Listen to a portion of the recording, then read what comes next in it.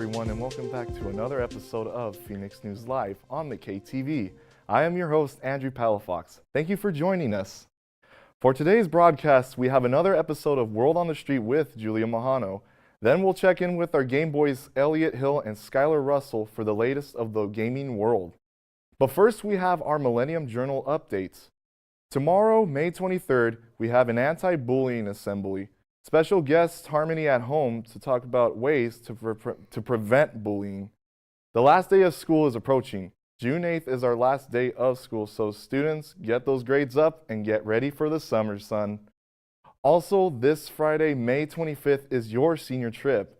Have fun times ahead. Let's soak up the last days of high school. In other news, ASB held a meeting today to discuss the 2018-2019 school year activities. Information in ASB office open elections. ASB office candidates will address the school next Wednesday, May 30th. ASB elections will take place on Friday, June 1st. Contact Marilyn Espinoza for further information. And now, started with the World on the Street with Julia Mahano. Julia? Hello, my name is Julia Mahano and this is World on the Street. Venezuela's President Nicolas Maduro is facing an international backlash after winning his second six-year term in a landslide vote marred by an opposition boycott and claims of vote rigging. Some of the most vocal criticism has come from Washington, D.C. in an official White House statement issued May 21st. Vice President Mike Pence called the re-election a sham and illegitimate. He further said, every day, thousands of Venezuelans flee brutal oppression and grinding poverty, literally voting with their feet. The United States will not sit idly by as Venezuela crumbles and the misery of their brave people continues. America stands against dictatorship and with the people of Venezuela. In response, the U.S. has placed tighter sanctions on the embattled South American country, citing the undemocratic nature of the election. Also, 14 nations throughout the Americas, including Brazil, Mexico, and Colombia, pledged to scale back diplomatic relations with Venezuela, according to NPR. This will be bad for Venezuela as they are already in the midst of the worst economic collapse in the country's history.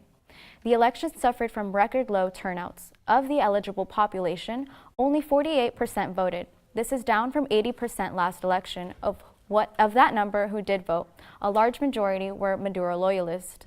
With scandals, the largest economic crash to date, and new sanctions from the U.S., it's clear that Maduro's second term could be even more turbulent than the first.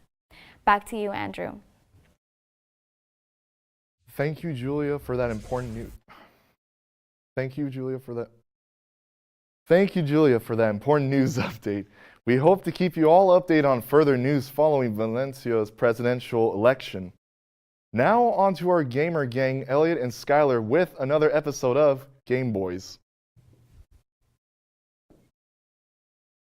I'm Skylar. And I'm Elliot. And this is Game Boys. This week we have a special episode. We talked to Jeremy Curran and Jaden from the game design class about their game Planet Ceres and what they've contributed to it. This is what they had to say. First, we interviewed Curran. Curran was responsible for the character design of Planet Ceres.